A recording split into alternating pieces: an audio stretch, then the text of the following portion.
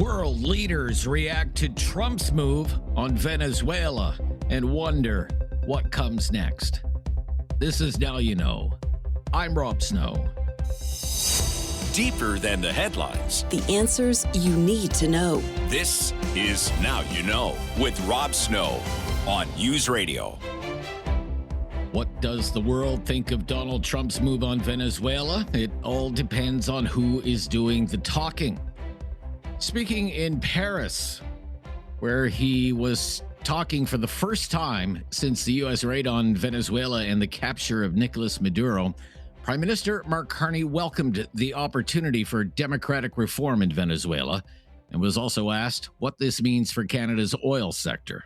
It creates the possibility for democratic transition in Venezuela. We very much support that. We're available to support that, and we urge that to happen in a peaceful transition. And that's the best prospect for greater prosperity for the Venezuelan people and to respect the will of the Venezuelan people. Now, a functioning, not corrupt Venezuelan economy will produce more oil. It'll be better for the Venezuelan people. It'll be more stable for the Western Hemisphere. That's all a good thing. Canadian oil, Canadian energy, but I'll speak because you asked specifically about Canadian oil. It's been our view, and we're working towards this, that Canadian oil will be competitive because it is low risk, clearly low risk. At the United Nations, where there was a meeting of the Security Council, the United States outlined its position on the Venezuelan action. Mike Waltz is the ambassador for the United Nations from the United States. He said President Trump's view is that what's going on in Venezuela isn't regime change, rather it's a law enforcement operation. There is no war against Venezuela or its people. We are not occupying a country. This was a law enforcement operation in furtherance of lawful indictments that have existed for decades. The United States arrested a narco trafficker who is now going to stand trial in the United States in accordance with the rule of law for the crimes he's committed against our people for 15 years. A similar action was taken in 1989 against Manuel Noriega. He was arrested, indicted, convicted in a court of law, served in prison in the United States and in Panama, and the Panamanian people, the American people, are safer for it. And undeniably, the region was more stable. Samuel Moncada is the Venezuelan ambassador to the United Nations. Through an interpreter, he told the UN Security Council this wasn't a law enforcement operation, it was a kidnapping. On January 3rd, 2026 is a date of profound historical significance, not only for Venezuela, but for the international system as a whole. On that day, the Bolivarian Republic of Venezuela was the target of an illegitimate armed attack, lacking any legal justification by the government of the United States of America, which included bombing of our territory, the loss of civilian and military lives, the destruction of civilian infrastructure, essential infrastructure, and the kidnapping of the constitutional president of the Republic, Nicolas Maduro Moros, and the First Lady Celia Flores. Venezuela comes before this council today with a deep conviction that international peace can only be sustained if international law is respected without exception, without double standards, and without selective interpretations. President Trump's inner circle, meantime, is defending his move on Venezuela, flooding the cable news networks in the United States with interviews. Stephen Miller, a top Trump advisor, told Sean Hannity on Fox News, President Trump sees a bright future for the Venezuelan people. His priority right now is on security, prosperity, stability. So he is working round the clock to get Venezuela's oil industry up and running to where it needs to be in a way that only America, and this is very important, only the United States, with our technology, our platforms, our resources can provide. That will bring security to our hemisphere, security to America. It will lower the price of gas, it will lower the price of oil, but it will bring an incredibly bright, predictable, stable future to the people of Venezuela. And so I think it's really exciting when you think about the fact that if we can just deliver this interim period of security and stability, that the citizens of Venezuela are looking at a future that a short time ago they could scarcely imagine. Mr. Miller also appeared on CNN with Jake Tapper. He was asked what the Venezuelan news could mean for other countries like Greenland, which is part of Denmark. Just 2 days ago, President Trump said, "We need Greenland." And on Saturday, Mr. Miller's wife posted a meme on social media of Greenland bearing the colors of the American flag, the stars and stripes, with a caption that read, "Soon," quote unquote. Miller suggested to Jake Tapper no country would go to war with the United States if the United States decided to take Greenland. The president has been very clear about that. That is the formal position of the U.S. government. Right, but can you say that military action against Greenland is off the table? It wouldn't be military action against Greenland. The Greenland has a population of 30,000 people, Jake. The real question is, by what right does Denmark assert control over Greenland? What is the basis of their territorial claim? What is their basis of having Greenland as a colony of Denmark? The United States is the power of NATO. For the United States to secure the Arctic region, to protect and defend NATO and NATO interests, obviously Greenland should be part of the United States. And so that's a conversation that we're going to have as a country. That's a process we're going to have as a community of nations. So you can't take it off the table that the U.S. would use military force to seize Greenland. You can't take it off the table. Jake, I understand you're trying very hard to, which again is your job. I respect it. It's great to get exactly the headline, right? That catchy headline. I'm trying to get an answer to the question. That says Miller refuses to rule out the United States should have Greenland as part of the United States. There's no need to even think or talk about this in the context that you're asking of a military operation. Nobody's going to fight the United States militarily over the future of Greenland.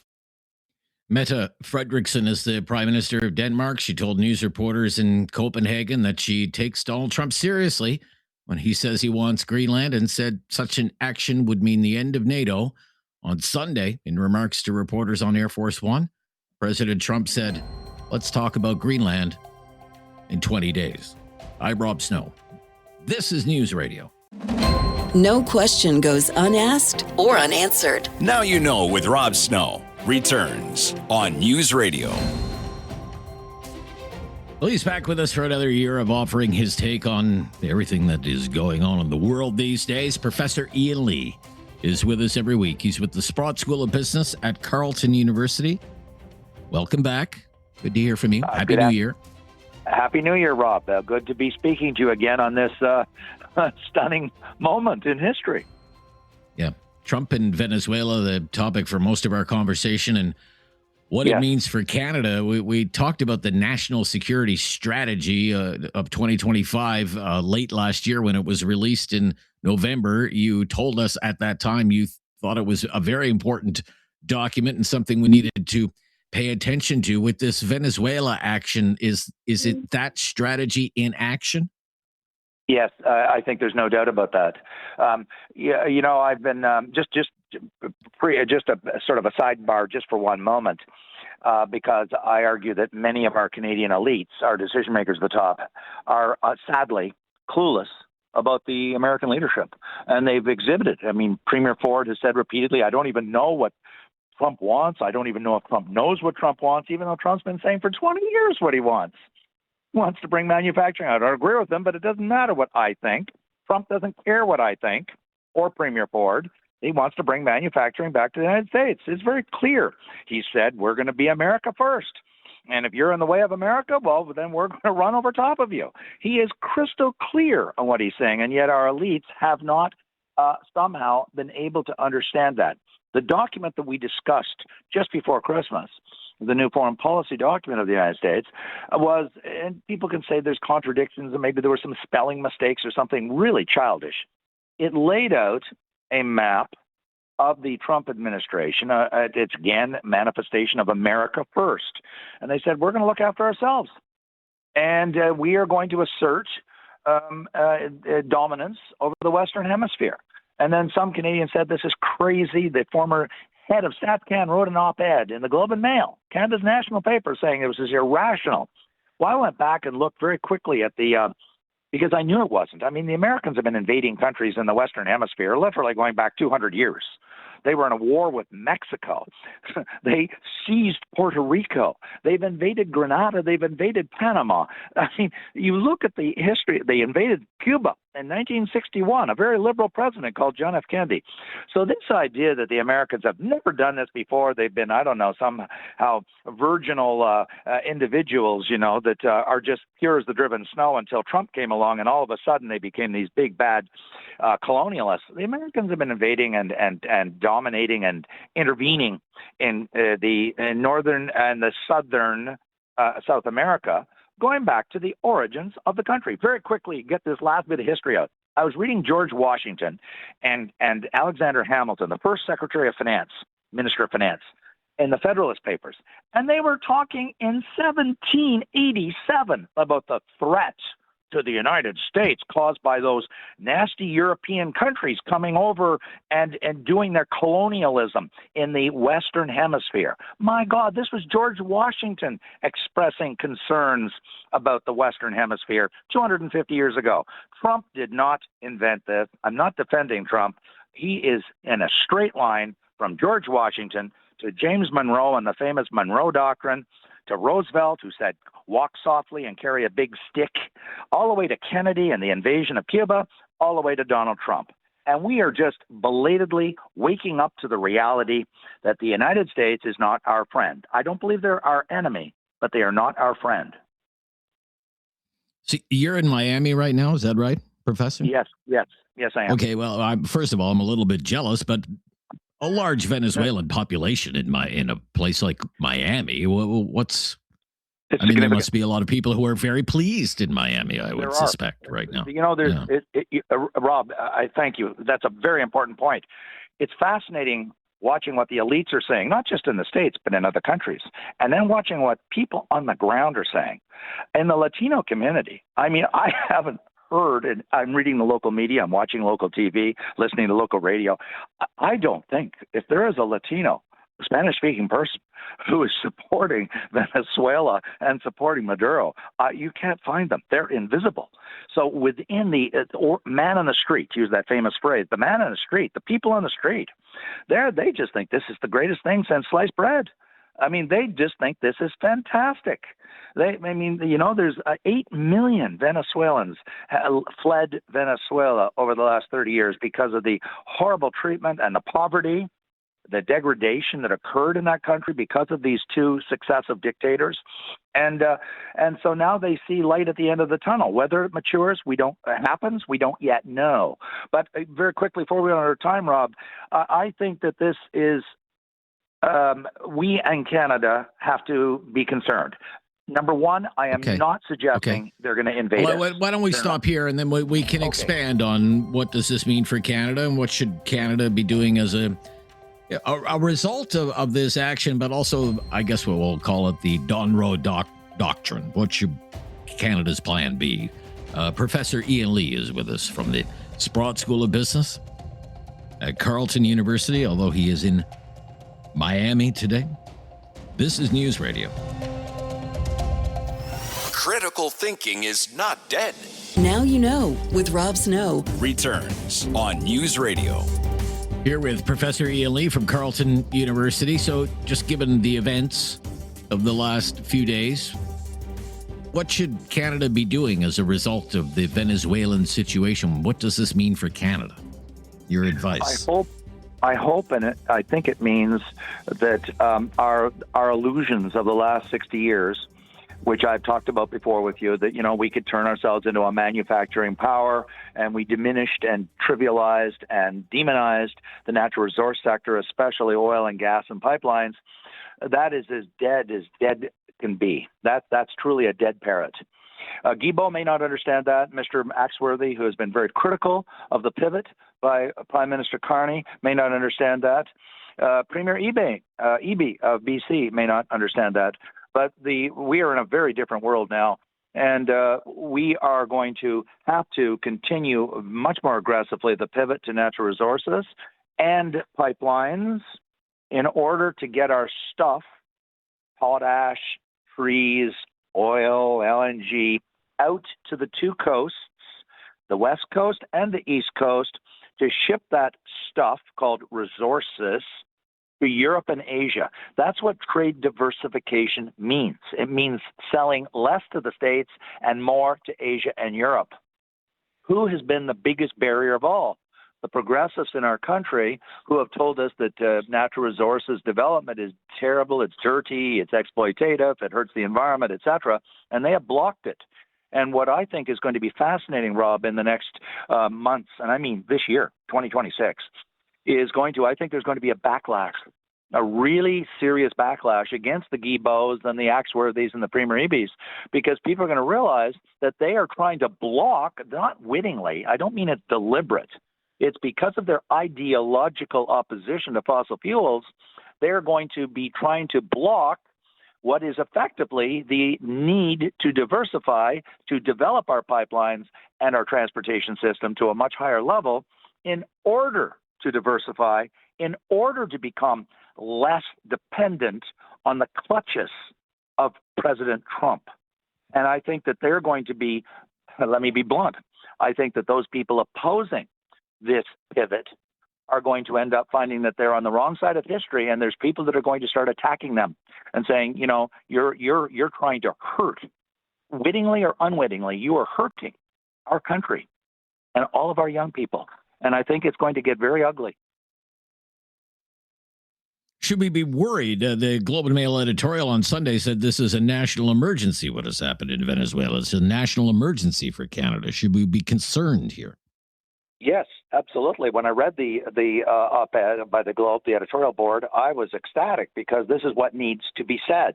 This is not just, oh, well, you know, the United States went and did something, you know, kind of, you know, we don't kind of like it, but no big deal. It doesn't have anything to do with us. It has everything to do with us, because what it showed is that Trump, and there's an op-ed by a professor who I thought was just delusional. He said, now we got to start talking about the United States invading Canada. Anyone who has any understanding of American history or American economics, the economy, or Canada knows that ain't going to happen for the number one reason. It doesn't need to happen. The U.S. has such extraordinary levers over us. They can bankrupt us. They can just simply say nothing's coming in from Canada. We export 70% of our exports go to the States. They can say, you know what? We're canceling CUSMA. No more CUSMA. And by the way, we're going to tariff everything that comes in. They could literally decapitate us economically. They don't have to invade us. They will not invade us, which is why it is an emergency and why we have to diversify really, really quickly and build that pipeline really, really quickly. All right. Well, you had good timing to go to Miami and get out of the deep freeze. It will be mild when you return to Canada. We're getting a January thaw, so that awaits you when you return. Thank you for your time today. Bye-bye. Professor Ian Lee in Miami, Florida today. I'm Rob Snow, wishing I was there along with him. We'll talk some politics when we come back. This is News Radio.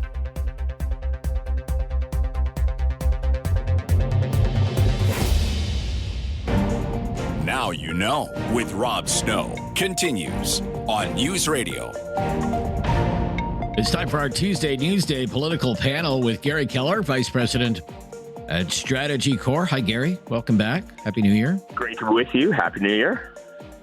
And Jeff Rutledge, Vice President, McMillan Vantage. Welcome back, Jeff. Happy New Year to you as well.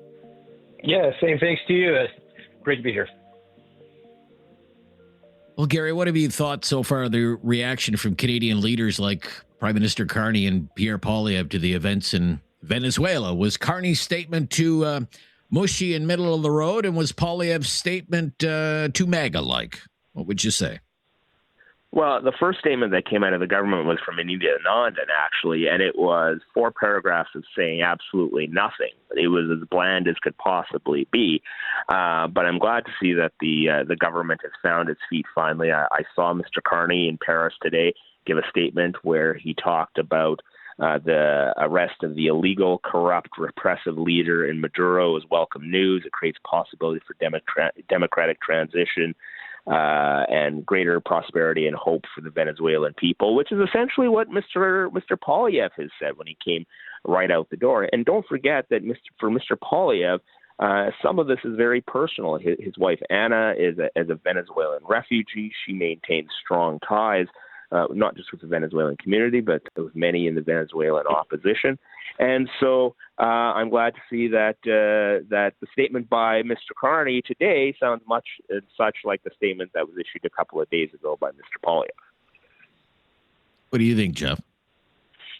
Yeah, the initial statement by Carney, it was some poor staffer writing that, trying to make sure they checked all of the UN talking points off as they were putting it together. It didn't hit the right tone, and I agree with Garry, that hearing the Prime Minister speak about it this morning sounded much more reasonable, sounded like a human, and seemed to kind of understand the realities of what Venezuelans were living with under Maduro. And look, there's still lots to be done there, but hopefully the Prime Minister stays on message on this. And then I think, look, the claims about Poilievre being too MAGA forward, I think is a bit absurd.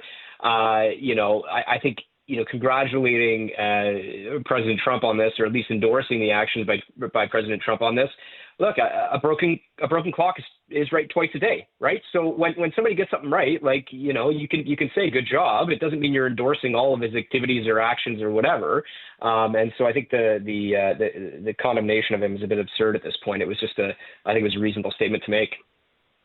Okay. Well, let's go kind of more big picture on this. Trump's move on Venezuela has been described as the Trump corollary to the Monroe Doctrine in action. So this, maybe it's wonky, but it comes from this recently released National Security Strategy of the United States of America, November 2025. We just talked about it with Professor Lee. This is what it says in part in that document. The United States will reassert and enforce the Monroe Doctrine to restore American preeminence in the Western Hemisphere and to protect our homeland and our access to key geographies throughout the region. We will deny non-hemispheric competitors the ability to position forces or other threatening capabilities or to own or control strategically vital assets in our hemisphere. The Western Hemisphere is the United States hemisphere.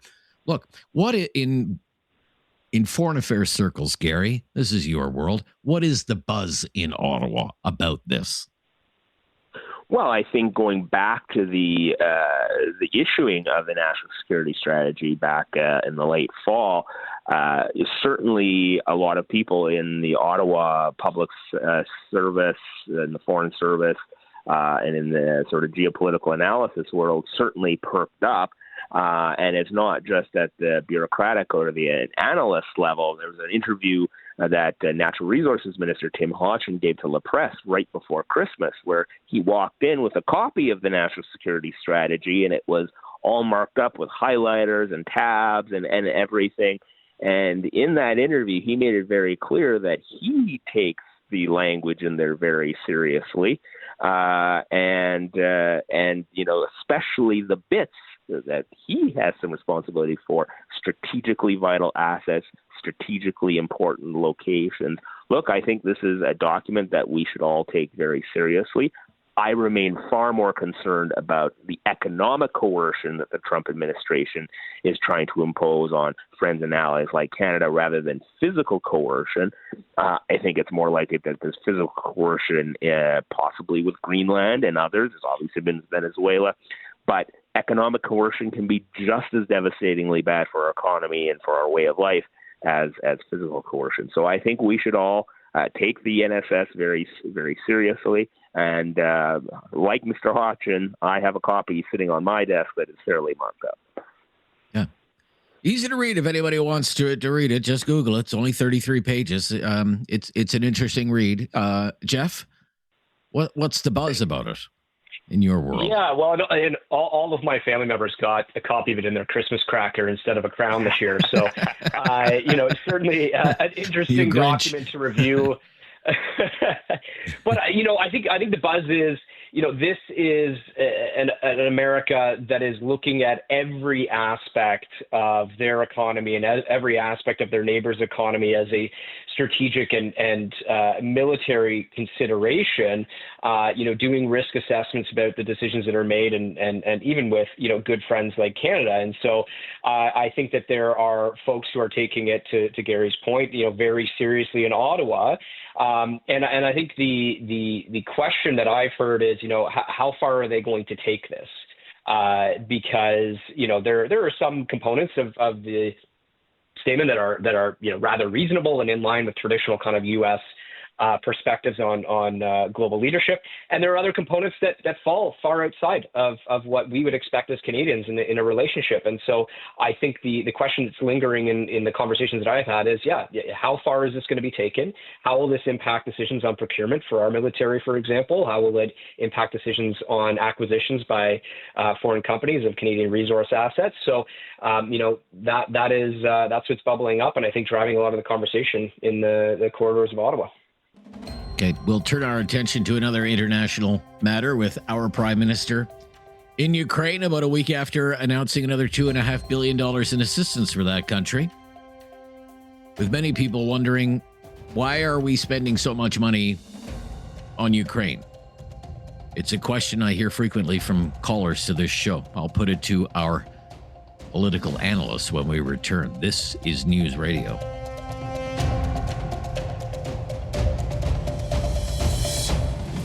Now you know with Rob Snow continues on News Radio. With our Tuesday Newsday political panelist Garry Keller from Strategy Corps, from McMillan Vantage, Jeff Rutledge.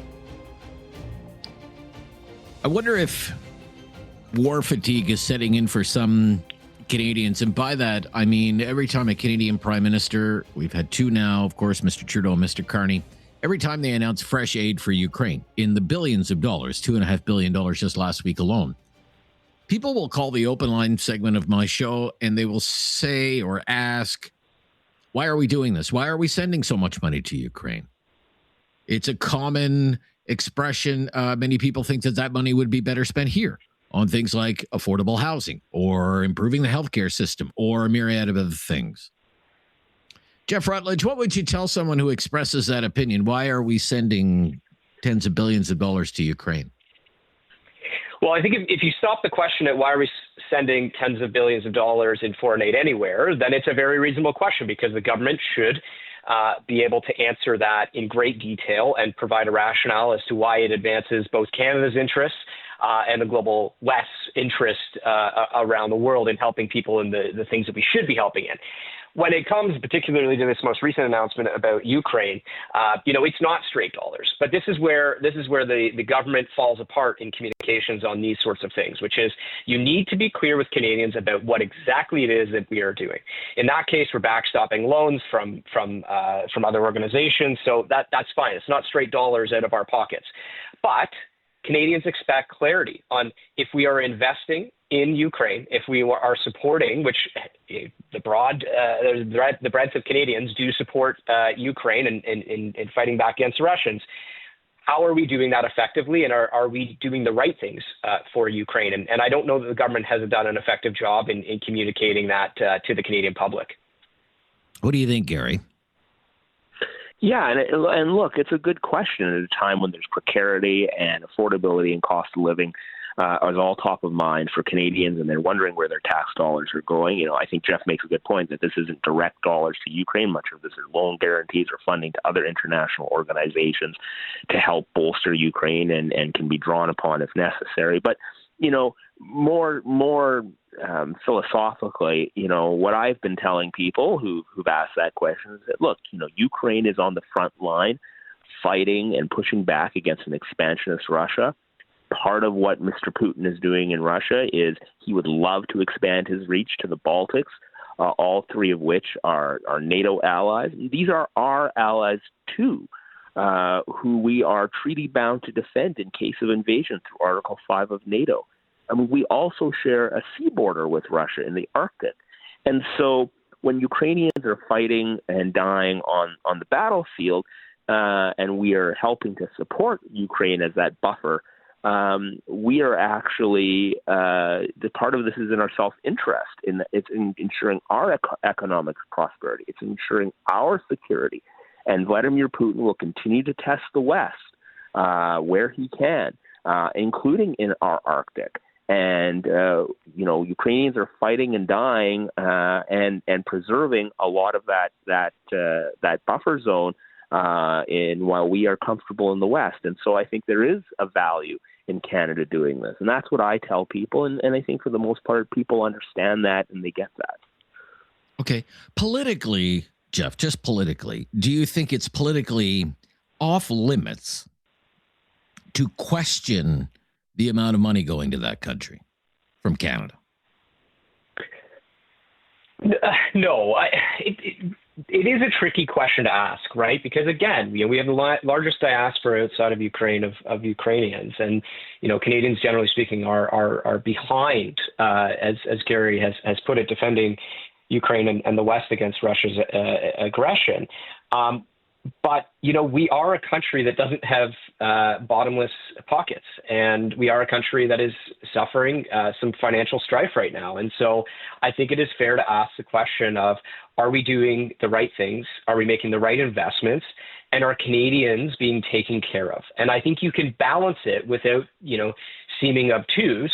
I think you can balance that question with the concerns of Canadians and do it right. But it can't sound hyperbolic and paranoid about us supporting Ukraine. It needs to sound thoughtful and considerate and reflect that Canadians are hurting right now.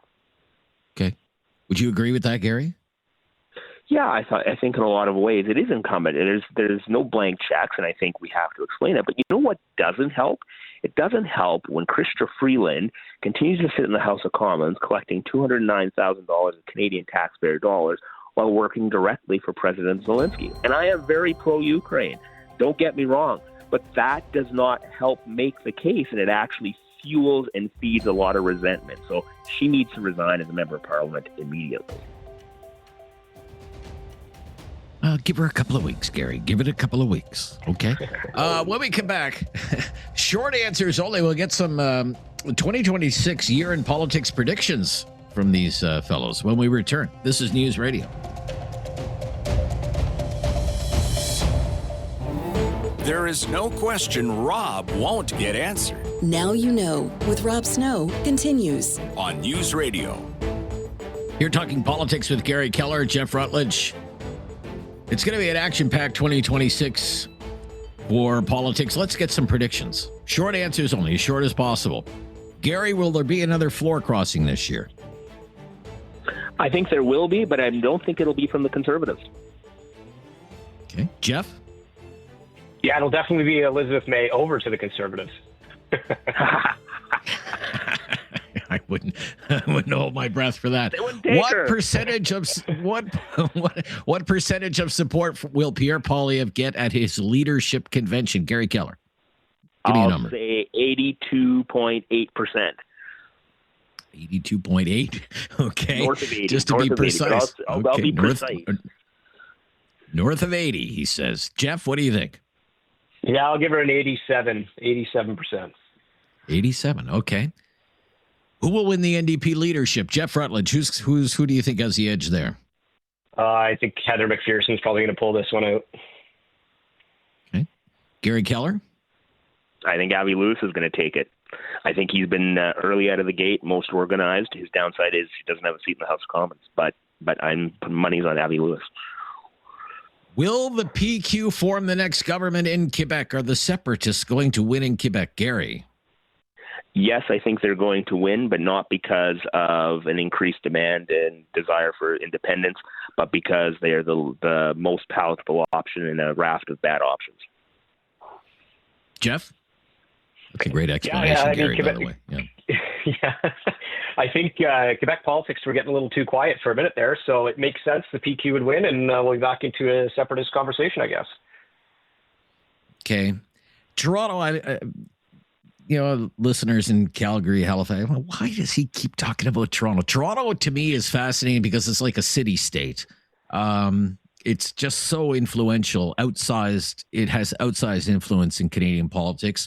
And who is the mayor of Toronto is very important. And there's going to be a municipal election there this year. Who's going to win? Mayor of Toronto, Jeff. I think that's your territory, Jeff. Yeah, it is. There's only kind of, I think, three names that are really realistic in being a part of the discussion, and it's obviously the current mayor, Chow. You got Brad Bradford, who's basically said that he's in, and John Tory, who has kind of said that he's in, but it hasn't really been made public, but he's probably in, and he's probably starting to raise some money, but not clear. Anyways, I think the three names are those, and if the right doesn't get split, then you may have Brad or John, and if the right splits, then you're going to get Mayor Chow once again. Gary? I think Olivia Chow will get reelected partially on a split. And I think in some ways people in Toronto, while John Tory provides some stability and continuity from the past, in a lot of ways, John Tory is so milquetoast, and I think a lot of people are kind of done with him. So I say that Olivia Chow pulls it out. Close, but pulls it out. All right. Thank you once again. I look forward to your ongoing contributions and analysis on our show every now and then throughout the year. We'll speak soon. All the best. Great to be with you. Yeah. Bye-bye. Garry Keller is vice president at Strategy Corp in Ottawa today. Jeff Rutledge is vice president at McMillan Vantage, and he's in Toronto. And I'm Rob Snow, and Talkback is coming up right after the latest breaking news right here on Now You Know. This is News Radio. It's time to talk back. On Now You Know with Rob Snow. Call now. And have your say. 1-833-668-2577. Welcome to Talkback. 2 hours of debate and discussion on the big issues of the day. Today's topic, Trump and Canada's sovereignty. And here's the question that we're asking you today. Do you trust Donald Trump to respect the territorial sovereignty of Canada? Do you trust Donald Trump to respect the territorial sovereignty of Canada? How would you answer that question at 1-833-668-2577? Would you say yes? Would you say no? If yes, what gives you that confidence? If the answer is no, why do you have your doubts? The reason we want to ask you that today, it's not so much because of what has happened in the last couple of days in Venezuela, although that's certainly part of it, but rather what's being said about Greenland and what we're hearing from President Trump and people close to him about Greenland. Greenland is part of Denmark. It's been part of Denmark for centuries. And yet just the other day while on Air Force One speaking with news reporters, President Trump again said, we need Greenland. Let's play that clip again. We need Greenland from a national security situation. It's so strategic. Right now, Greenland is covered with Russian and Chinese ships all over the place. We need Greenland from the standpoint of national security. And Denmark is not going to be able to do it, I can tell you. You know what Denmark did recently to boost up security in Greenland? They added one more dog sled. It's true. They thought that was a great move. You hear it there. Amid the laughter, we need Greenland. What are they going to do? Stick their dog sleds on us? So that's one thing. But then yesterday, Stephen Miller, who is a top advisor to Donald Trump, hardcore MAGA loyalist, he was on CNN with Jake Tapper. Said some very provocative things when Jake Tapper asked him if he could rule out the United States using military force to take over Greenland. So let's listen to this exchange. It's about 2 minutes long. Give this some thought and think about it in the Canadian context. And our question today, do you trust Donald Trump to respect the territorial sovereignty of Canada? So again, this is CNN's Jake Tapper with top Trump advisor Stephen Miller. Go ahead. Rule out that the U.S. is ever going to try to take Greenland by force? Well, let me go back a step. The president has been clear for months now, so I know you're treating this as breaking news. The president has been clear for months now that the United States should be the nation that has Greenland as part of our overall security apparatus. The United States, but your wife posted that like hours after the Venezuela operation. That's why it's newly relevant. I'll talk with you about it for an hour. I think it's a really important conversation. I just wanted to reset, Jake, by making clear that it has been the formal position of the U.S. government since the beginning of this administration, frankly, going back into the previous Trump administration, that Greenland should be part of the United States. The president has been very clear about that. That is the formal position of the U.S. government. Right, but can you say that military action against Greenland is off the table? It wouldn't be military action against Greenland. The Greenland has a population of 30,000 people, Jake. The real question is, by what right does Denmark assert control over Greenland? What is the basis of their territorial claim? What is their basis of having Greenland as a colony of Denmark? The United States is the power of NATO. For the United States to secure the Arctic region, to protect and defend NATO and NATO interests, obviously Greenland should be part of the United States. And so that's a conversation that we're going to have as a country. That's a process we're going to have as a community of nations. So you can't take it off the table that the U.S. would use military force to seize Greenland. You can't take it off the table. Jake, I understand you're trying very hard to, which again, is your job. I respect it. It's great to get exactly the headline, right? That catchy headline. I'm trying to get an answer to the question. That says Miller refuses to rule out. The United States should have Greenland as part of the United States. There's no need to even think or talk about this in the context that you're asking of a military operation. Nobody's going to fight the United States militarily over the future of Greenland. Wow. So you hear it there. I mean, plain as day, not shying away from it. It's the Trump administration's view. Greenland should be part of the United States, even though it's part of Denmark. It should be part of the United States. That's Trump's view, always been Trump's view, he says. He says it's the official policy of the government of the United States under this particular president. And in that exchange, you hear him suggest, what are other countries going to do? What could they do? There's only 30,000 people living there. What are other countries going to do? He asks. Good question. He asked another question, what right does Denmark have to claim control over Greenland? And that he says the United States is the power of NATO. The United States is the power of NATO. And said if we are to defend and protect the Arctic, Greenland should be part of the United States.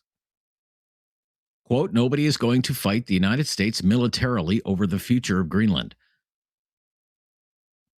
From his lips to your ears. So again today, try and put that in the Canadian context as we ask, do you trust Donald Trump to respect the territorial sovereignty of Canada? Denmark's leader says she takes that kind of talk seriously when Trump talks about Greenland. She takes it seriously. But given what Donald Trump says, what people like Stephen Miller say about their view of Greenland, that Greenland should be part of the United States, think about Canada. If it's about Arctic security, 40% of Canada's territory is Arctic or Northern Territory. Our 3 northern territories cover more than 4 million square kilometers.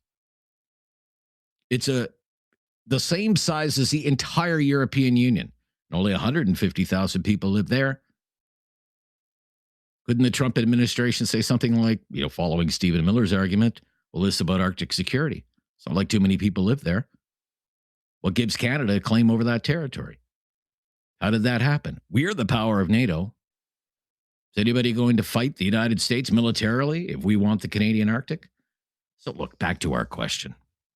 Do you trust Donald Trump to respect the territorial sovereignty of Canada? He has talked in the past about how the border between the United States and Canada is just an artificial line. Remember that? When he said this, roll the tape there. And to be honest with you, Canada only works as a state. It doesn't. We don't need anything they have. As a state, it would be one of the great states anyway. This would be the most incredible country visually.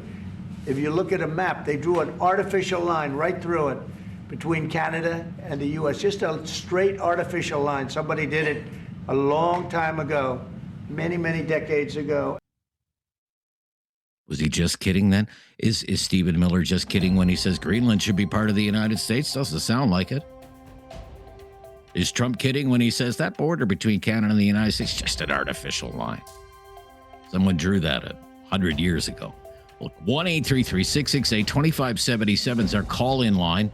Offer up an answer to our question, please, today. In light of recent events, do you trust Donald Trump to respect the territorial sovereignty of Canada? If you've never called before, just mention that. We will make your call a priority. Let's kick it around. This is Talkback on News Radio.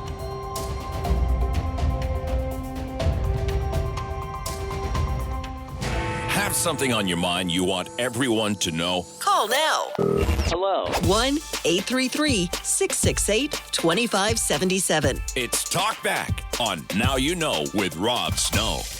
We are asking today, do you trust Donald Trump to respect the territorial sovereignty of Canada? Given recent events, Venezuela, but also Donald Trump and one of his top advisors, Stephen Miller, have said Greenland, which is part of Denmark, should be part of the United States. 1-833-668-2577 if you can grab a line. Jam-packed right now. Tim in Nova Scotia up first today on Talkback. Hi, Tim. Welcome back. Oh, good to hear from you. Thanks. I'm going to start with quoting our illustrious leader, and I'm going to say, who cares? My opinion is it doesn't really matter, because I think the division that's going on in Canada with all the talk of different provinces separating and stuff like that, I don't think Donald Trump's going to have to do anything. I think we're going to implode on ourselves because our government doesn't even care. Okay. You're referencing Mark Carney saying, who cares? Yeah, about when he was asked about tariffs and stuff with Donald Trump. Well, he was asked, when was the last time you spoke with Donald Trump? And he said, who cares? That's what he said. Yeah, exactly. That was the question at the time. Right, yeah. It was in regard to trade negotiations, or the tariff negotiations is what the implication of the question was. And he said, who cares? Yes. So, like I said, I don't personally, I think the question you're asking me, I think all he has to do is wait for pieces of Canada to leave. I don't think he's going to have to take military action. I think that we're on a downward trend, and there's a lot of people that are getting sick of it and the way things are being run, and I don't think he's going to actually have to do anything. Interesting. Okay, Tim, thank you for your call and getting us started today to Bridgewater, Nova Scotia. Paulette is up next. Hi, Paulette. Hi. Listen, I don't trust Donald Trump. Does he want to be known as a peacekeeper? He said he settled 8 wars, I believe. So why is he now all of a sudden wanting to go after Greenland, Colombia, and maybe Cuba? And of course, he did mention Canada different times as a 51 state. I don't call that a man of peace. If he's, I feel like myself, I'm being threatened when he talks like that. It's scary, and I think people should set up and take notice of this. Really, would we want to be under his rule, Trump's rule, running Canada? No, thank you. No, thank you. I'd rather die than to have that man run Canada. Anyway, that's my opinion. Do you think he will respect our sovereignty, our territorial sovereignty? I don't. No, I don't. There's no way I don't know. I can't seem to understand the way that man thinks. Like he rushes around. I can't explain it. I think you know what I mean. You just don't know what he's going to say next come out of his mouth. At least that's what I'm getting from it. I can't see a man saying he settled 8 wars, and yet, to me, if he's going after Greenland, maybe Canada, Cuba, maybe Colombia, maybe, how's that a peacekeeper? Thank you, Paulette, for your call. To Dave in Halifax, up next. Dave, do you trust Donald Trump to respect the territorial sovereignty of Canada?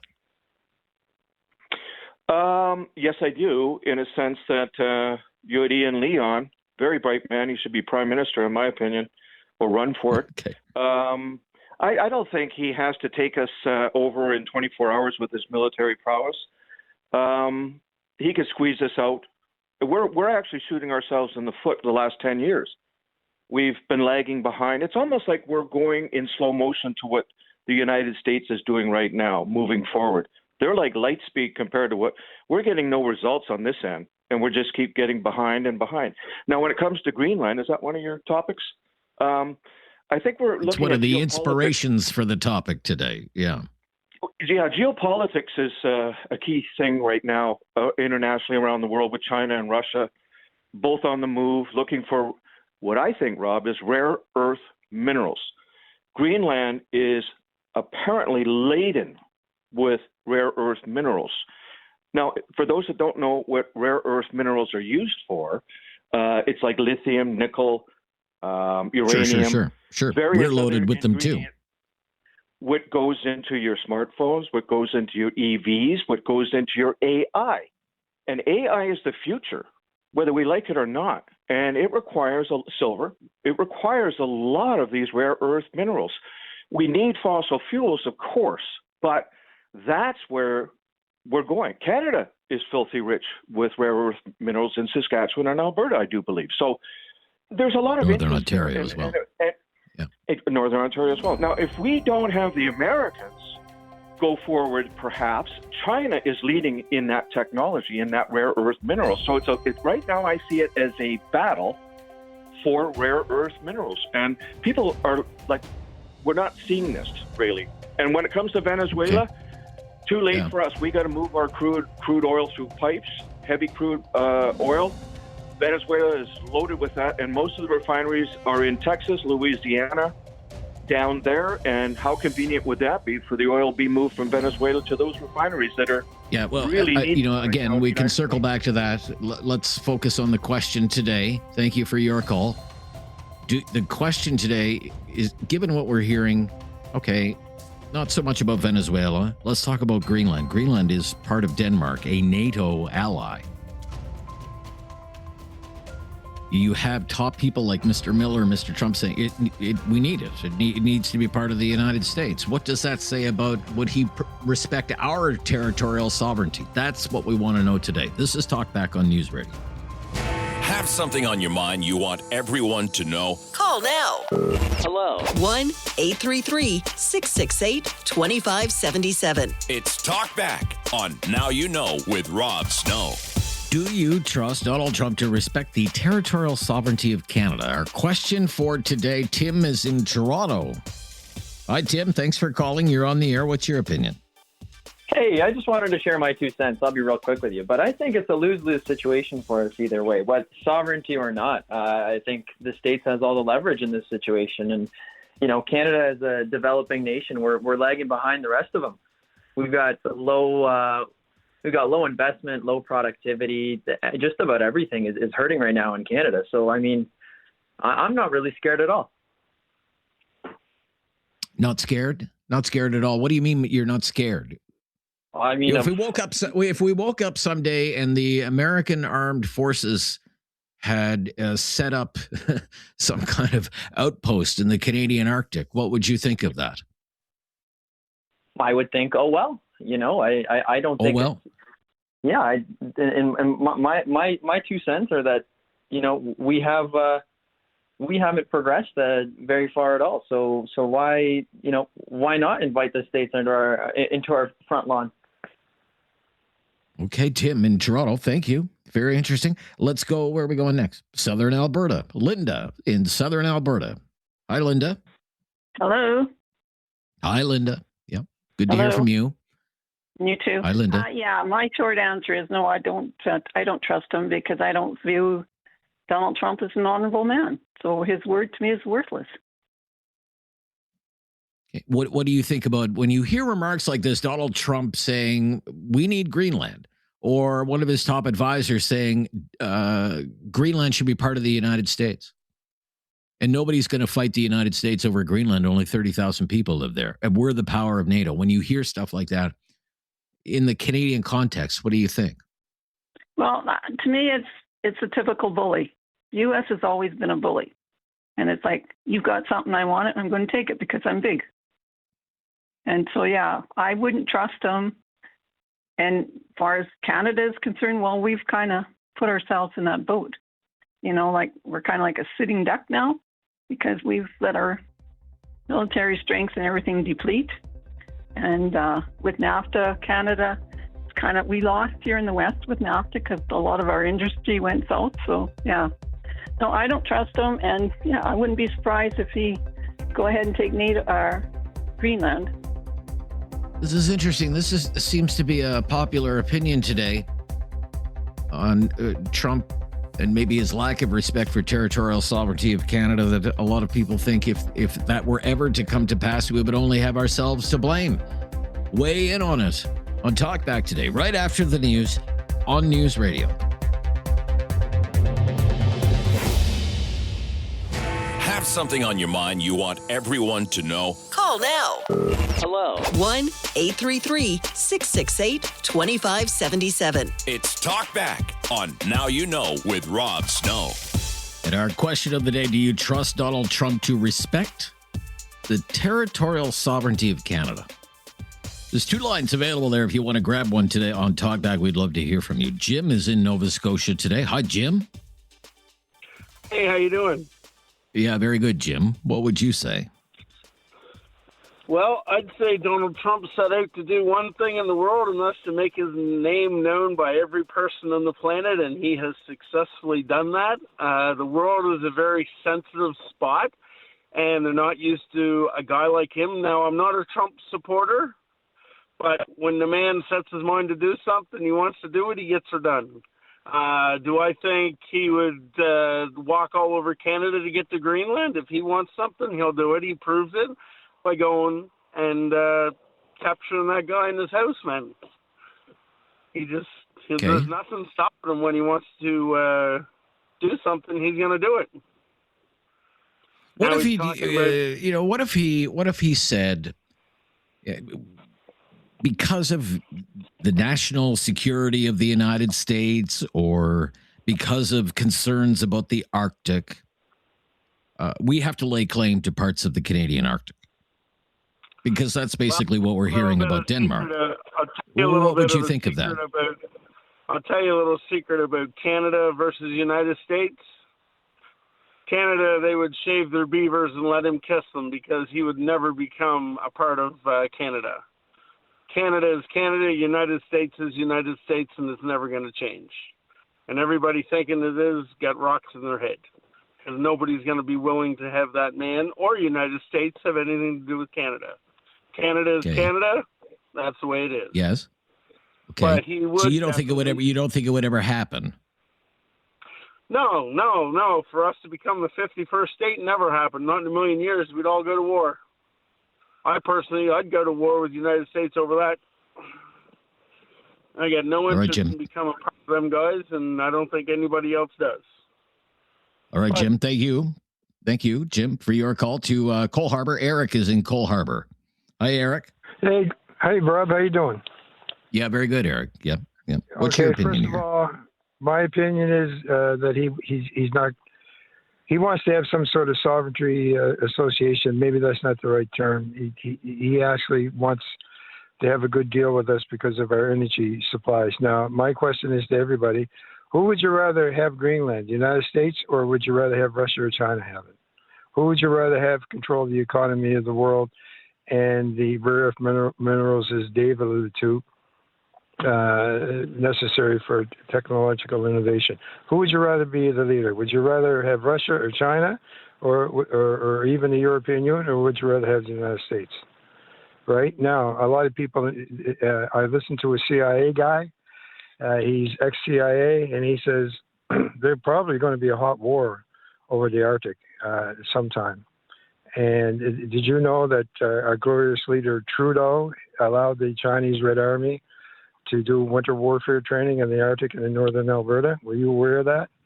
Yes, I was aware of that, yeah. Yeah, so I'm impressed the Tracy Master knows what he's doing.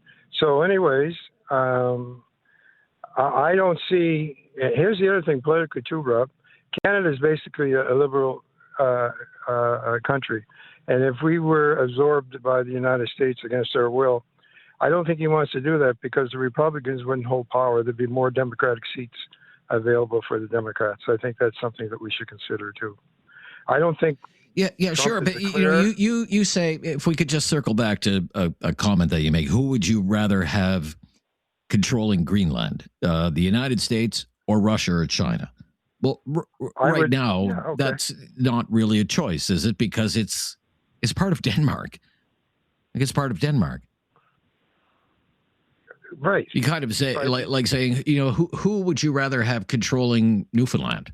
Yeah. The United States or China or Russia? Well, shouldn't that be off the table premise, anyway Rob? because Newfoundland is part of Canada? Hold it. Just hang on, Rob. Your premise is that the United States you're asking, do you trust the United States or not to come over and take over Greenland, right? What makes you think that Russia and China don't have their eyes on that either? Who are you going to trust? My point is, if you're going to trust anybody, I trust the United States. At least there's still some semblance of democracy in the United States. There isn't in Russia and there isn't in China. That's my point, right? So you're going to have China or Russia, right? I mean, that's how I see it. I'm not saying I'm right, but that's my view, right? I appreciate that. And maybe I'm overthinking it. Maybe I'm making too much of it. These remarks from Trump and one of his top advisors and the statements they're making about Greenland. If that's the case, look, feel free to call me, straighten me out. Wouldn't be the first time I was off track or out to lunch, and it won't be the last time. Let's go to Pat is in Kitchener today. Hi, Pat. Up next on the topic. Yeah, my view is that I look at it as follows. What would happen if China would attack Canada via the north tomorrow? Do you think that Canada has the capacity to defend our own borders? Or do you think that we'll need the U.S. to come to our rescue? Yes. Yeah, so then our sovereignty, our sovereignty, I think, in reality is predicated on the protection of the U.S. And so today, I don't think that Canada has anything to worry about, but what will happen in the future is mostly going to be dependent on our ability to ensure that Canada is as strong as possible. I don't think Trump wants a Trojan horse situation where an adversary can use Canada as a means to attack the U.S. And so Canada needs to prove to the U.S. that they can defend their own borders. By meeting things like the 5% target for NATO, for example, Pat, is that something you would be thinking of there? Yeah. Just to buying be the F-35, country. For example, would be another one, perhaps? Correct. Okay, yeah. Understood where you're thinking today. Be right back. Do you trust Donald Trump to respect the territorial sovereignty of Canada? 1-833-668-2577. 3 lines available there now for you to join the discussion today on Talkback on News Radio. Have something on your mind you want everyone to know? Call now. Hello. 1-833-668-2577. It's Talkback on Now You Know with Rob Snow. Do you trust Donald Trump to respect the territorial sovereignty of Canada? That's our question today, given recent events and comments about Greenland, which is part of Denmark. Comments from Donald Trump and one of his top advisors, Stephen Miller, who said it should be part of the United States. And Mr. Miller telling Jake Tapper on CNN nobody's going to fight the United States over Greenland. Eric is in Kitchener. Hi, Eric. Thanks for calling. You're on the air. What's your opinion? Hey, Rob. How are you? Very good. Thank you. I'm good, too. My opinion is I think no expert can predict what Donald Trump thinks or, is going to do, because from all the things I've read or watched, like, he's unpredictable, right? So there's no experts on this guy. Do I think he will respect Canada's sovereignty? I don't think he respects anybody's sovereignty. If he thinks that he can get away with, taking, say Canadians' Arctic region, or anything else for that matter, he definitely will, because everyone knows the United States is the superpower of the world, right? They got the biggest, strongest, best military, and he's using that, and he flaunts that all the time. I personally, if the United States were to attack Canada, like if they were to attack Arctic, I'm not going to leave my family, leave my job, leave all the people that I'm responsible for and fly up to the Arctic and fight the United States. But if they were to, say, roll in, tomorrow morning, and I see tanks or helicopters, I would definitely look into and join a partisan group and fight for my country, my land, my way of life. I don't believe anybody, and I'm shocked too. I'm shocked that, because I've spoken to this about coworkers and friends and family. I'm shocked by the amount of people that would say, even on your show, it is what it is. If it happens, it's our own fault. Right? Yeah. The lack of patriotism in this country, to me at least, is mind-boggling. I'd be interested to know these people that are on your show. If China were to, say, invade Canada or India or any other country, what would they say then? Would it be different? But because it's the United States, they protect us. They're completely another country. They have different values than Canada. Like anyone that's been to the States can see their way of thinking in life. A lot of them are very different than Canadians. And anyone that just, rolls over and, lets any foreign country, regardless if it's our neighbor or China or India or Australia, it doesn't matter. It speaks volume about the people here. And that really, it's disheartening on me. But I would think, too, that there'd be a lot of Canadians that would stand up. Obviously our military is no match. Nobody's military is a match against the United States. But the people would, give, the Americans a hard time, I would hope. I know I would. So, and another thing too, well, let's hope it doesn't come to that. But what you're saying is he's so unpredictable that it can't be rolled out. And I appreciate your opinion, Eric. I have to move along to Jim in Halifax up next. Hi, Jim. Hi. Hi, Jim. What would you say? Do we trust Donald Trump? You don't even need to add the words. We don't trust him on anything, of course, because he changes his mind hourly. He doesn't respect norms of international law or anything. He thinks he can do whatever he wants. So, no, unfortunately, we can't trust him to respect the territorial sovereignty of Canada. I mean, in particular, not those are the general reasons, but now in particular, he says he wants to get Greenland, at whatever exact words he used in that clip. It was brilliant. Says he wants to get Greenland for security purposes. We have to have Greenland. Well, Greenland belongs to Denmark. Denmark's a NATO member. The U.S. has 2 bases there already. He's getting what the U.S. needs for, quote, security purposes by the bases and by the fact that Greenland is part of NATO. He doesn't need to take it or do anything more. He's got what he needs. The United States has what it needs for security purposes. If he were to take it, it would be for another reason. For example, he's not taking Venezuela, so to speak, running it, as he puts it. He's not running it to help the poor people of Venezuela who have been taken advantage of, screwed by the Maduro regime. And he's not doing it for democracy. He's doing it for oil. So if he takes Greenland, it's not going to be for security. It's going to be for critical minerals. And the problem is Canada has critical minerals, the Ring of Fire in Northern Ontario. So we better watch out. Better watch out. There. Okay. Very interesting. Thank you. Jim in Halifax, we'll stop here and we will fit everyone in before the top of the hour. And we have cleared some phone lines as well if you would like to join the discussion on Talkback today. This is News Radio.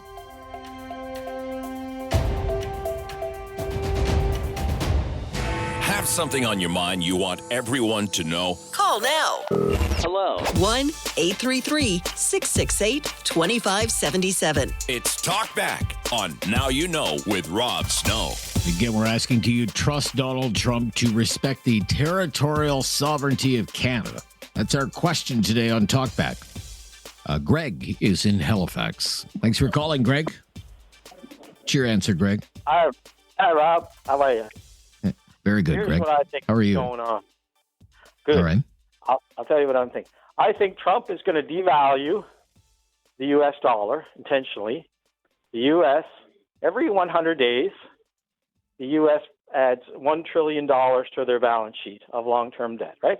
$1 trillion every 100 days, right? It's almost $3 trillion a year. So Trump is planning on wiping out the debt, getting rid of it, and he wants to get all these assets like oil and minerals before this happens, because in the future, U.S. dollar won't be worth very much.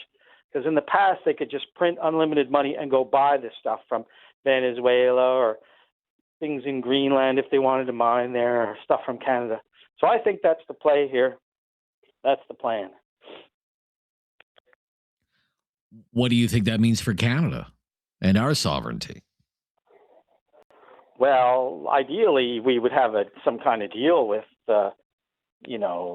Trump. I think that's what people were thinking. But now Trump is he's going a bit crazy, and he's, talking about taking over everything so that he'll own it. Because if he bought oil or minerals from Canada, he'd have to pay in U.S. dollars.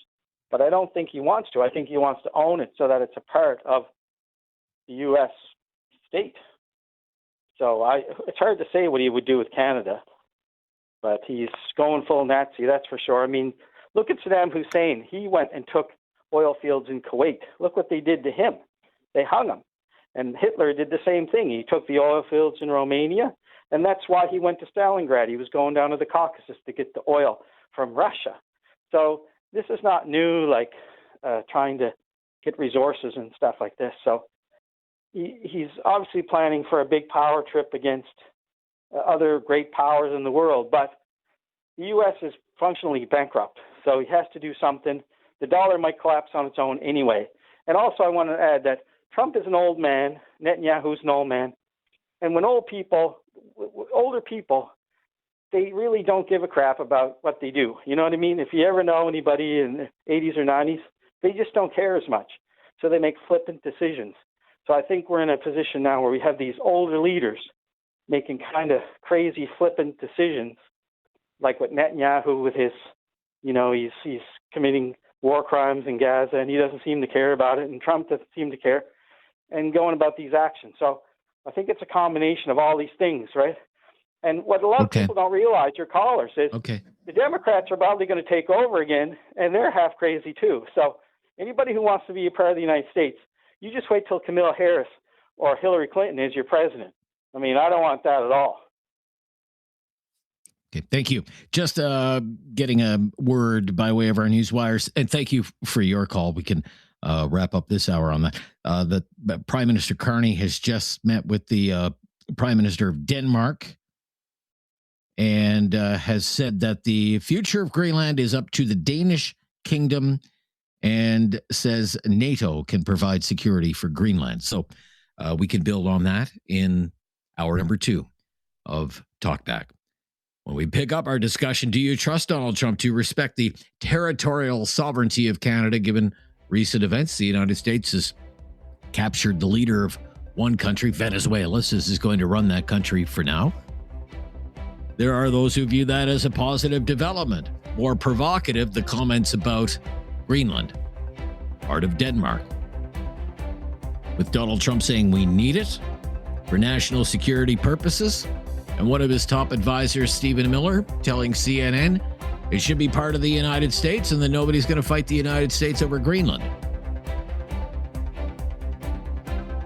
We'll pick it up. Hour number 2 of Talkback is right after the latest breaking news and more of your phone calls on this very important topic today on News Radio. It's time to talk back. On Now You Know with Rob Snow. Call now And have your say. 1-833-668-2577. And welcome to hour number 2 of Talkback. Great to be back with you again today. We are asking today, given recent events, do you trust Donald Trump to respect the territorial sovereignty of Canada?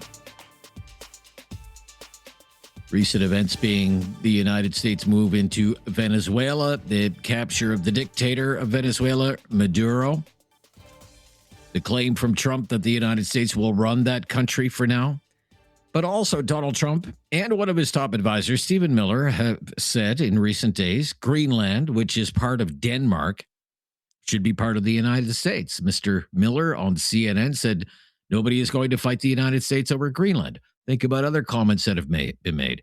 The leader of Colombia has been threatened, saying he could be next. The next Maduro. Something, quote, something needs to be done about Mexico. We've heard all of this in the last few days. And of course, in the past, Donald Trump has described the border between Canada and the United States as an artificial line that someone drew on a map 100 years ago. That's why we are asking again today, do you trust Donald Trump to respect the territorial sovereignty of Canada? Phone lines are open, and we have about 4 lines available there for you. 1-833-668-2577 to Calgary now. Ken is in Calgary. Hi, Ken. Yes, sir. Yes, sir. The answer to your question is absolutely no. Why? Why is that your answer? Well, because Trump wants to invade countries that has things that he wants. And the solution is that, as far as Canada is concerned, is that we need to be united. We have different premiers with different ideas, and we are not united. And maybe what Canada needs is coalition government. I don't know. But what's going on here can't continue. And I don't see why America, Trump, if he's interested in security of NATO and the free world, whatever he can do to help the free world, help the free world. You don't have to say, if I'm going to help you, I'm going to take you over. And the real solution to getting rid of Trump and his ideas is rests with either Americans, because they put him there, take him out, or the rest of the free world get together and isolate America. America is just America. If China and Russia decide to remove America from the planet, bomb them out, Canada still have to live. Everybody else still have to live. People believe that America is the be-all and end-all of everything, and they are not. But we got into the trap that Canada have the negotiation separate from France, separate from England.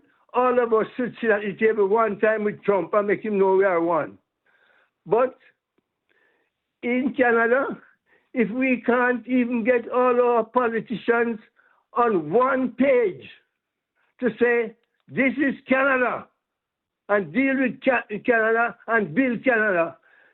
In Calgary, for instance, this water line,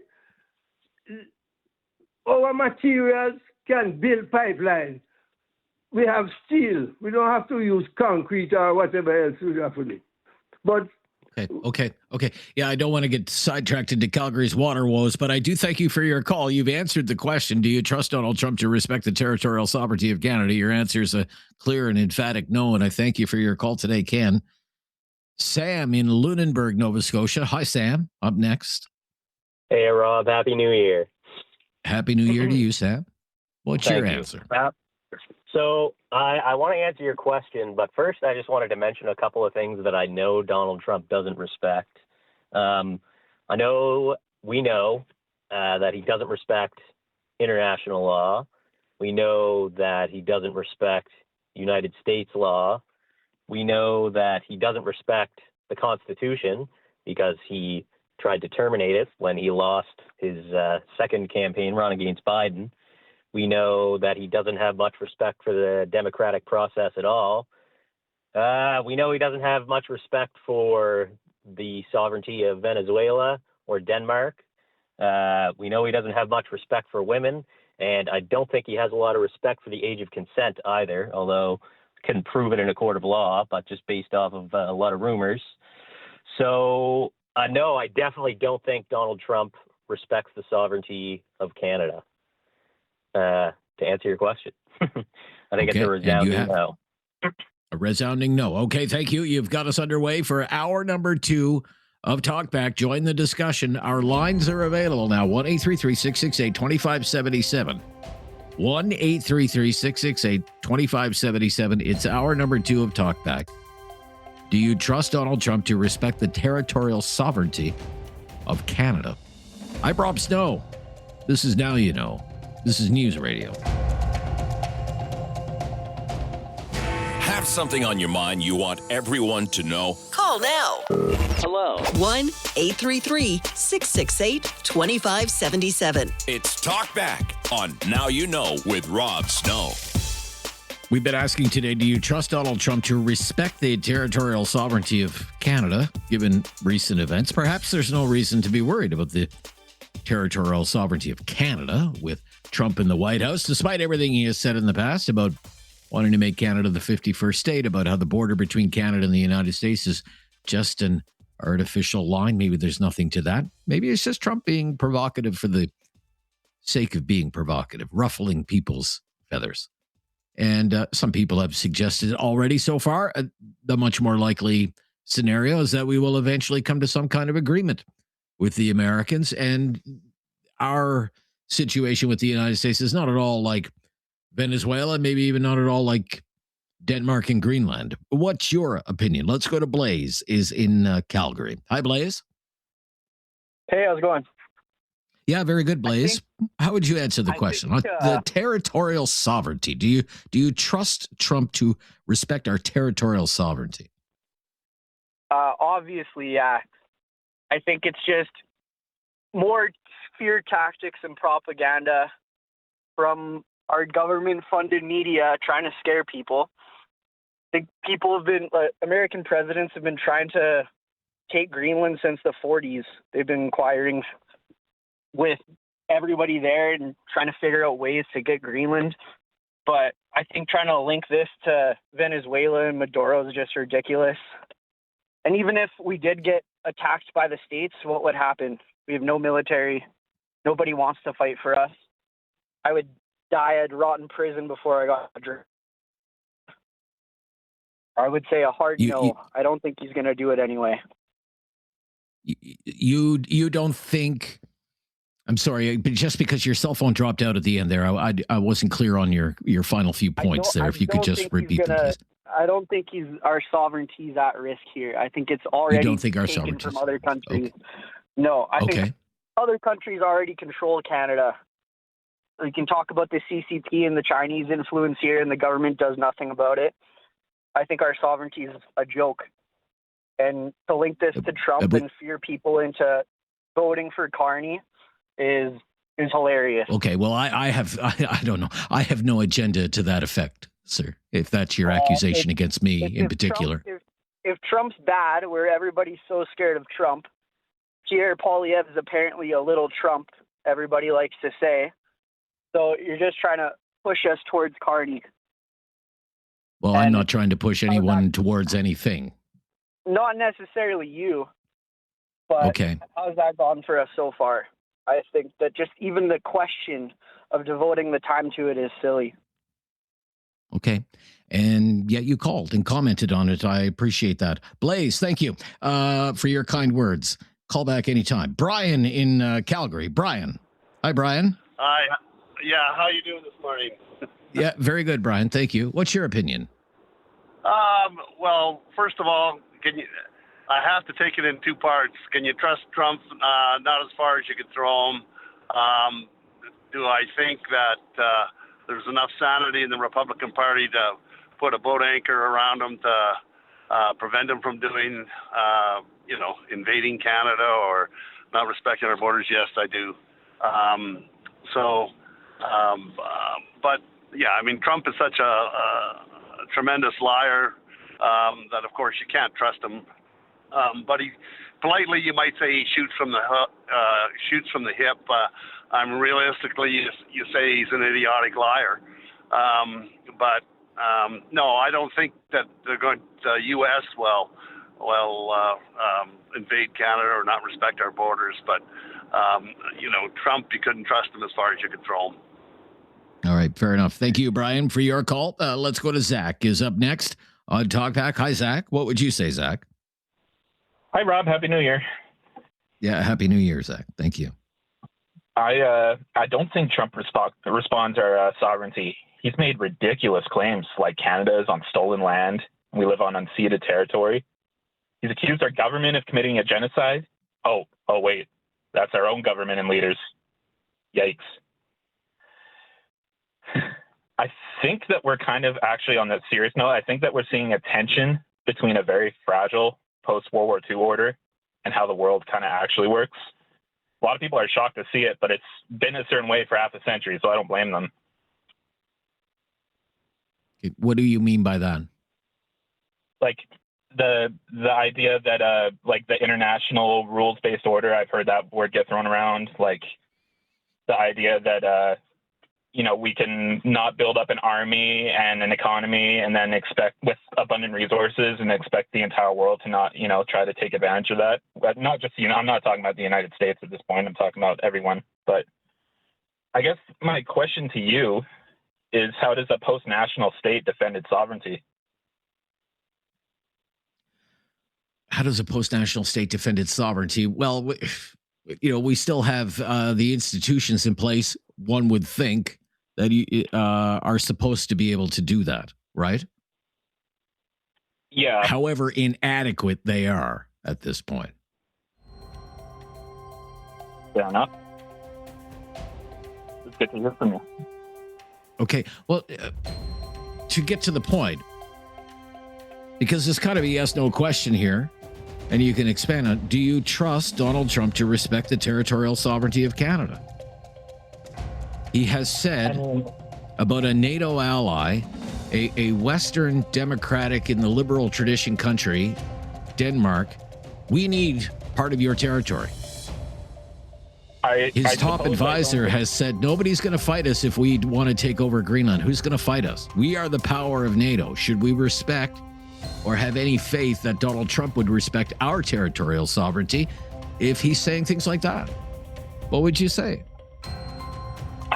I have a hard time seeing how any leader can respect a country that doesn't respect its own sovereignty. That's my opinion. Okay.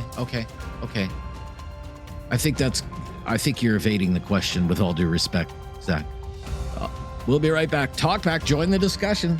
Lots of lines available there, lots of time to fit you in. This is News Radio.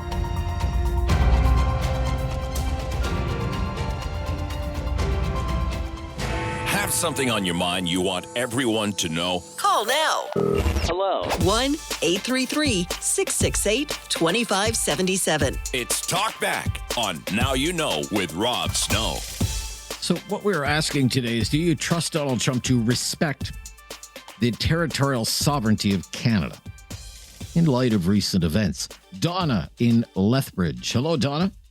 Thanks for calling. You're on Talkback. Say Dawn. Dawn. Sorry about that, Dawn. My bad.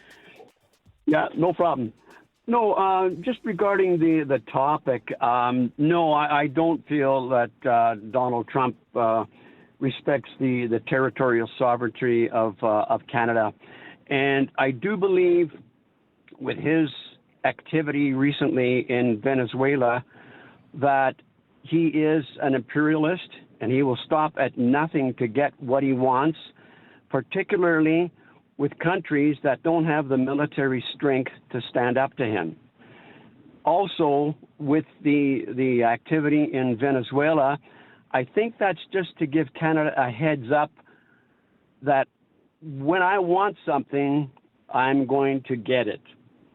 And that I believe his philosophy for the world activities that he's conducting at the time being, to him, is just basically a board game that he is bound and determined to win. Okay, thank you. So your answer would be no. Do you trust Donald Trump to respect the territory? Your answer would be no. Not at all. Correct. Right. Thank you. To James in Calgary today. Hi, James. Sorry. That's okay, James. Trump respecting the sovereignty of Canada? Of course he would. I mean, if he took over Canada, the Republican Party and the Democratic Party would have an epileptic seizure. Because if Canada becomes part of the United States, does that mean every province gets 2 senators and congressmen? Maybe. I'm sorry. If it were ever to get that far. Yes. Okay. James? This is the American attitude. I spend most of my time down in the States. Most Americans couldn't care less one way or the other. As far as they're concerned, Canada is Mexico in the attic somewhere. Oh, did we lose him? Are we moving along? Okay, all right. I'm not sure what's going on there. Why don't we just stop right there then? Okay, we'll stop and we'll bring you right up to date on the latest breaking news, and then we'll get back to more of your calls on Talkback. The inspiration for this is not even so much Venezuela and what has happened in Venezuela. It's more the comments about Greenland, because Greenland is part of Denmark. It's been part of Denmark for 300 years. Denmark is, of course, Western liberal democracy and a NATO ally. And you have Donald Trump and one of his top advisors saying it needs to be part of the United States. It should be part of the United States for national security purposes. And Stephen Miller, who is part of the MAGA brain trust, said we're the NATO power and nobody is going to fight the United States over Greenland. That's why we want to talk about this today. I'm Rob Snow. It's Talkback. This is News Radio. Have something on your mind you want everyone to know? Call now. Hello. 1-833-668-2577. It's Talkback on Now You Know with Rob Snow. So we have been asking, do you think Canada, do you have trust, do you trust Donald Trump to respect the territorial sovereignty of Canada? Do you trust Donald Trump to respect the territorial sovereignty of Canada? Again, we've seen in recent days the situation in Venezuela, but there are also the remarks about Greenland. And Donald Trump saying we need Greenland, which is part of Denmark and has been for centuries. Okay. But then you have Stephen Miller. Again, I come back to this, top advisor to Donald Trump, was on CNN with Jake Tapper last night. And Jake Tapper asked him if he could rule out the United States using military force to take over Greenland. Again, this is the exchange. Let's listen to this again. It's about 2 minutes long. Roll the tape, Curtis, please. Rule out that the U.S. is ever going to try to take Greenland by force? Well, let me go back a step. The president has been clear for months now, so I know you're treating this as breaking news. The president has been clear for months now that the United States should be the nation that has Greenland as part of our overall security apparatus. The United Right, States but your wife posted that like hours after the Venezuela operation. That's why it's newly relevant. No, I'll talk with you about it for an hour. I think it's a really important conversation. I just wanted to reset, Jake, by making clear that it has been the formal position of the U.S. government since the beginning of this administration, frankly, going back into the previous Trump administration, that Greenland should be part of the United States. The president has been very clear about that. That is the formal position of the U.S. government. Right, but can you say that military action against Greenland is off the table? It wouldn't be military action against Greenland. The Greenland has a population of 30,000 people, Jake. The real question is, by what right does Denmark assert control over Greenland? What is the basis of their territorial claim? What is their basis of having Greenland as a colony of Denmark? The United States is the power of NATO. For the United States to secure the Arctic region, to protect and defend NATO and NATO interests, obviously Greenland should be part of the United States. And so that's a conversation that we're going to have as a country. That's a process we're going to have as a community of nations. So you can't take it off the table that the U.S. would use military force to seize Greenland. You can't take it off the table. Jake, I understand you're trying very hard to, which again is your job.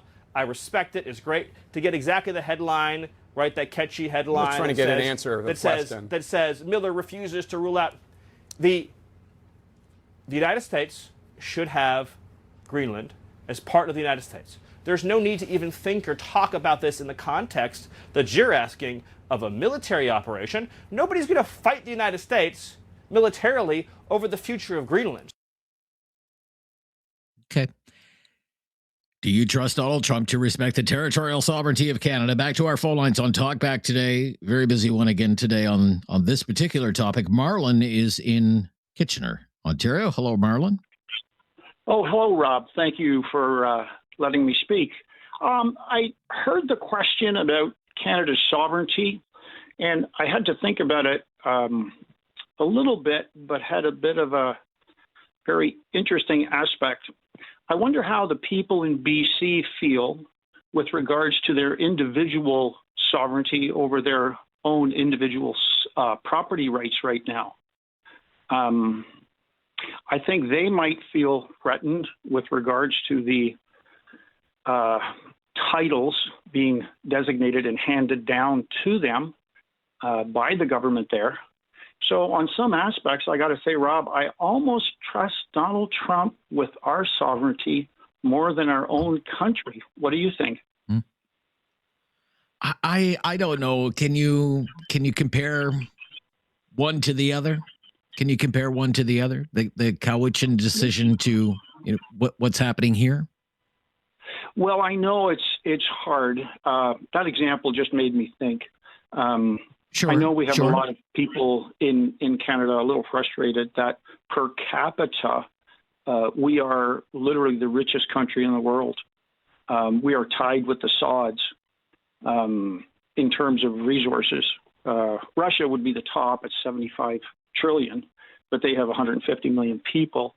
We have about 40, but we have $38 trillion worth of resources. And yet we do nothing with it. And then, the Saudis, they don't even pay any taxes. I just think that's sort of what you're hearing through some of the people that are calling in. Also, too, I agree with the one gentleman. There has been a seismic shift globally that has occurred as we've gone from a monopolar world to a multipolar world.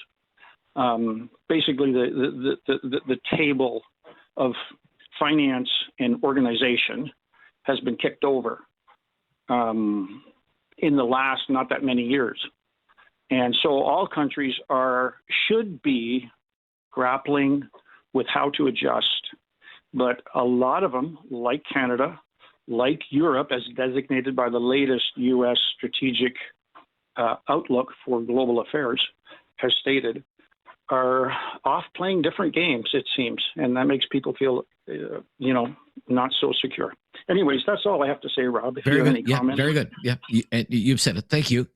I'm thinking about this sort of two ways. You have Maduro, Venezuela. That's one thing. You can make the case.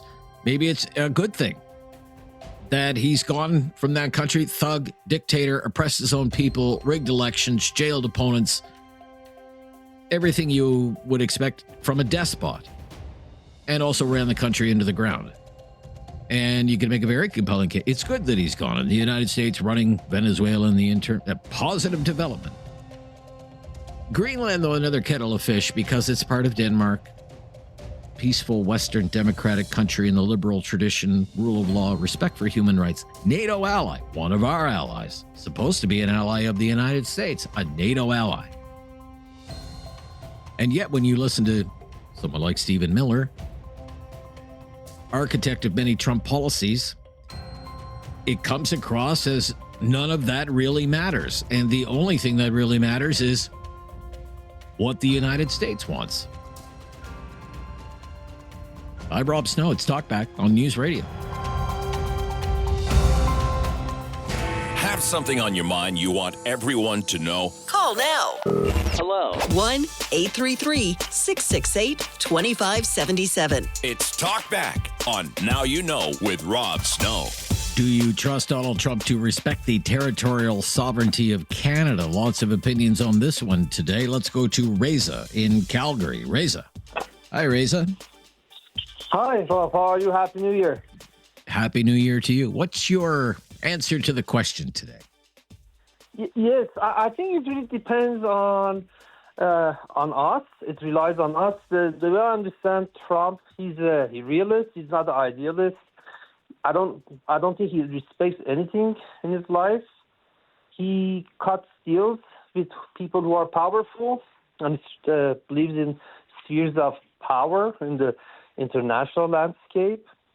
So in that context, if we show some muscle, I think he's going to somehow respect it to stand up to the Arctic security as a partner with the United States. But Greenland, I think he sees it just a void space, no one as a good kind of platform, because that's the future. Arctic security is very important. Who's going to stand up to Russia and China in Arctic? No one. It's just the United States. And everybody knows that he's not a big fan of Europeans. And I think that's how he sees it. And we can see that he pushed NATO to spend more. He wants people to take responsibility. But I don't know if respect really makes sense for a guy like Trump. He sees interest. Interest, yes. yes. Partners. Yeah, I don't think. Yes. I see. I mean, it's up to us if we show we are serious. It's like, you're using that old realpolitik line. There are no friends, no enemies, only interests. Yeah, and if we are in line with that, of course he's going to respect us. The guy respects Putin more than Europeans. Why? Because he sees Europeans are weak and Putin is a strong man. In his opinion, is that true? I don't know, but that's how he sees it. He cut deal with China. He doesn't cut deal with us. He doesn't like weak people or weak countries. It's for to be more correct. So if we show we are doing our best to be a strong nation, I think he's going to respect it. But if we don't, he's going to just walk over us. Okay, Reza, thank you for your call today. Tom is in Cambridge. Hello, Tom. Hi, Tom. Hi, how are you? Yeah, very good, Tom. Thank you. Happy New Year. What's your opinion? The best thing that Happy can New Year to happen you. is if Trump takes over, because we got nothing but stupid idiots. Look at right now, what's her name? Freeland is a line of cash from Ottawa, giving it to Zelensky. $2.5 billion we just gave him, and we can't help the people with our flooding here. Okay, first thing he's going to do, if he's going to send 4 million refugees from Canada that came here illegal, ask him. The first guy that's going to trade you is Ford or Smith. They're doing nothing.